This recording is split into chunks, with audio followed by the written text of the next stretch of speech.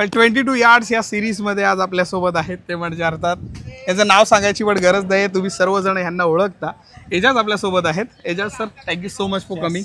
Thank you. Okay, Ejaz sir lefty batsman आहेत. So क्रिकेटची सुरुवात कशी झाली? म्हणजे क्रिकेटची सुरुवात तर माझ्या गावाकडे प्लास्टिक बॉल क्रिकेट व्हायचा आणि आमच्याकडं प्लास्टिक बॉल सिमेंट विकेट असायचा हाफ विकेटमध्ये आणि त्याला हाफ सिमेंट असायचा. आणि त्यानंतर आमच्या इकडे असं क्रिकेट असायचा, हाफ प्लास्टिकचं थोडं रनिंग करून असं बॉल टाकणं आणि समोर असं दोरी असायची, त्याच्या खाली 6 खालून फ्लाईट हेड मारला तर 6, वरून गेला तर आउट.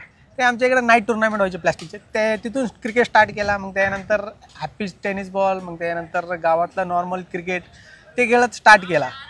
ओके, त्यावेळी तुमच्या टाईममध्ये असा कोणता बॅट्समन होता का टेनिसचा की असं वाटायचं की यार याच्यासोबत तरी खेळायचं किंवा असं तरी बनायचं आहे?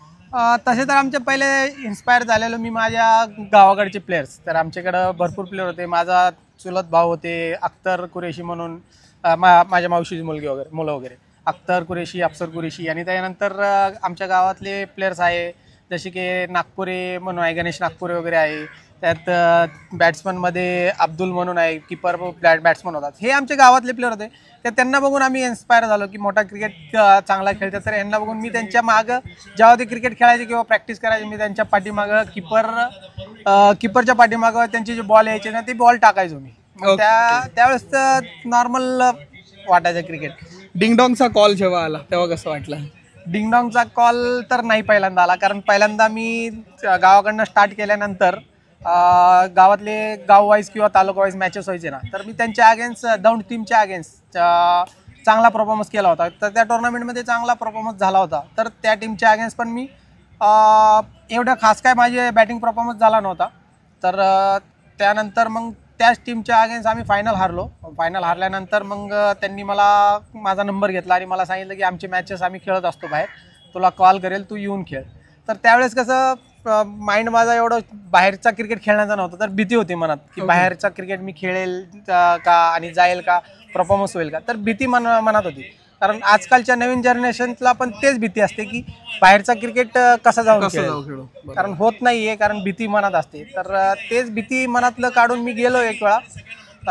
तर मला स्लॉगच्या बॅटिंग ऑर्डरमध्ये पाठवलं त्यांनी, लास्टच्या 7व्या 8व्या नंबरला पाठवला. त्यावेळेस मी 1-2 6 मारले किंवा आउट झालो लवकर, परफॉर्मन्स झाला नाही फर्स्ट कॉलला. मग सेकंडला मी चांगला परफॉर्मन्स दिला, तेही स्लॉगचेही बॅट्समन म्हणून होतो. आणि मी स्टार्टिंगला आमच्या इकडं दौंड किंवा पुणे जिल्ह्याच्या बाहेर साईडला जास्त करून थ्रो बॉलिंग चालायची, फेकी पूर्ण फेकी, म्हणजे तू किती जोरात फेकू शकतो ना तेवढं जोरात फेक. मला वाटलं या साईडला म्हणजे आमच्या साईडला चालू असेल, रायगड किंवा आमच्या भागामध्ये सगळ्यात डेंजर म्हणजे सातारा जिल्हा, पुणे जिल्ह्याचा खालचा भाग आणि सोलापूर जिल्हा हे थ्रो बॉलसाठी फेमस होता. मग ते क्रिकेट आम्ही जास्त करून खेळायला लागलो. त्यानंतर पेसची भीतीच निघून गेले. पेसची भीती काही नव्हती त्यावेळेस. त्यानंतर ते भीती तर पेसची आत्तापर्यंत नाही लागली, कारण ते क्रिकेट आम्हाला आत्ता फायदेशीर ठरतं. हे जे नवीन बॉलर्स बनतायत, तुम्हाला वाटते की तुम्ही पेसनी यांना आउट कराल, तर पेस टाकू पण नका आणि यॉर्कर तर यांना चुकून पण टाकू नका, बेकार मारतात. शॉर्ट बॉलला एकाच बॅट नाही लागली तर नशीब आहे तुमचा. ओके, असा कोणता बॅट्समन आहे की त्याला बघून म्हणजे तुमच्या अपोजिट खेळत असेल असं समजलं की त्याला बघून एक भीती वाटते की यार हा लागला ना मग संपलो आपण? आत्ता करंटमध्ये जर बोलायला गेलं तर केतन आहे, कारण केतन ज्या फ्लोमध्ये आणि ज्या फॉर्मात आहे टेनिस क्रिकेटमध्ये आता किंवा रबरमध्ये, तर त्याला बघून थोडी अशी भीती जाणवते की यार हा बॅट्समन लवकरात लवकर डगआउटमध्ये पाठवला पाहिजे, कारण हा जर विकेटवर राहिला तर मॅच वन साईड करून जाईल.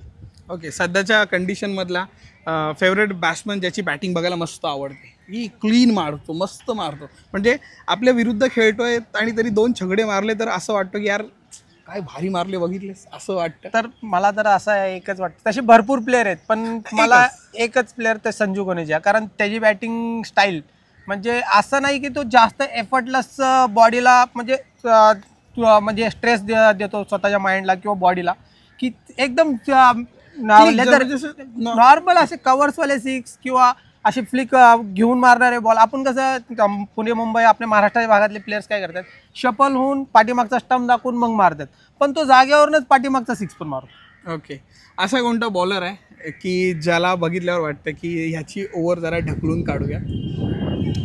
तसं तर बॉलर्समध्ये विकी भोईर आहे, कारण विकी भोईर आता माझ्या म्हणजे मला जे थोडंसं हेवी जातो, म्हणजे त्याला खेळायला थोडा डिफिकल्ट होतो, तो विकी भोईरच आहे.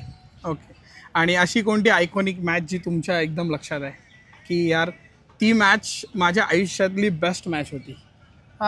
तशी जर बोलेल आता सुप्रीमो ट्रॉफीज आहे माझ्यासाठी, कारण त्या टुर्नामेंटमध्ये आम्ही जे फायनल जिंकलो, भले माझा परफॉर्मन्स नाही झाला, मी आऊट झालो लवकर किंवा विकेट गेलो, ते टुर्नामेंट आमच्यासाठी एक वर्ल्ड कप होती आणि आमच्यासाठी ते एक प्रेस्टिज होती ते टुर्नामेंट.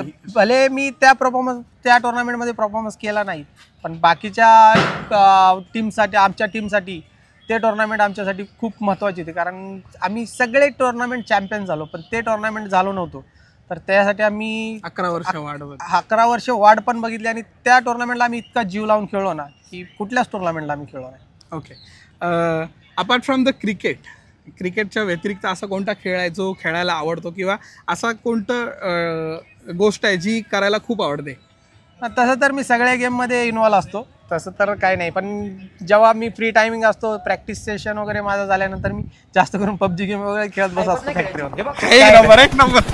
मी फक्त माइंड फ्रेश करायला करतो, बाकी काय असं नाही की मी त्याच्यामध्ये कंटिन्यू इन्व्हॉल्व असतो, फक्त माइंड फ्रेश करायला. म्हणजे Ejaz Qureshi apart from the cricket PUBG lover पण आहेत. माइंड फ्रेश असतो, काही असतो, ते बाकीच्या गोष्टी विसरून आपण त्याच्यामध्ये फोकस असतो. त्यामुळे आपण समजा स्ट्रेसमध्ये असेल, कुठल्या मॅचला परफॉर्मन्स झाला नाही, समजा बाय चान्स आता मी आज खेळलोय, आज माझा हाफ आहे आणि हाफच्या दिवशी मी सगळ्या मॅच फेल गेलो आणि आज रूमला गेलो आणि बाकीच्या टीम हॅडलमध्ये किंवा टीम मीटिंगमध्ये होतं ना की बाबा तुझा परफॉर्मन्स झाला नाही, तुला बॅटिंग करावंच लागेल, हे सगळ्यांचा स्ट्रेस घेऊन आपण जातो रूममध्ये गेल्यानंतर आपण फ्रेश होतो. जेव्हा बेडवर बसलेला असतो आपण विचार करत बसतो, मॅचचा विचार येत राहतो की मला परफॉर्मन्स करायचा. मग जास्त त्याच्यामध्ये इन्व्हॉल्व होण्यापेक्षा मी काय करतो की माझा मोबाईल घेतो, मी जास्त करून गेम खेळत बसतो. भले वाईफचा कॉल आला, फॅमिलीचा कॉल आला, मी त्यावेळेस नाही बघत, ज्यावेळेस गेम खेळत असतो मी सगळं. एक प्रश्न जो मी घेतो तो आता घेतोय, वाईफ सोबत बाहेर फिरायला जाणार की क्रिकेट खेळायला बाहेर जाणार मित्रांसोबत? असे टुर्नामेंट नाही, गावातल्या मित्रांसोबत फॅमिली टाइम देणार मी. टुर्नामेंटच्या टायमिंगला टुर्नामेंट आणि जेव्हा मित्रांसोबत जायचं असेल त्यावेळेस फॅमिली टाइम. ओके. शेवटचा प्रश्न, बेस्ट बॅटिंग पार्टनर, तुमच्यासोबत बॅटिंगला पार्टनर, तुमचा आवडीचा partner? Sir Krishna Satpute. Thank you so much. धन्यवाद सर, तुम्ही जॉईन झाला. थँक्यू.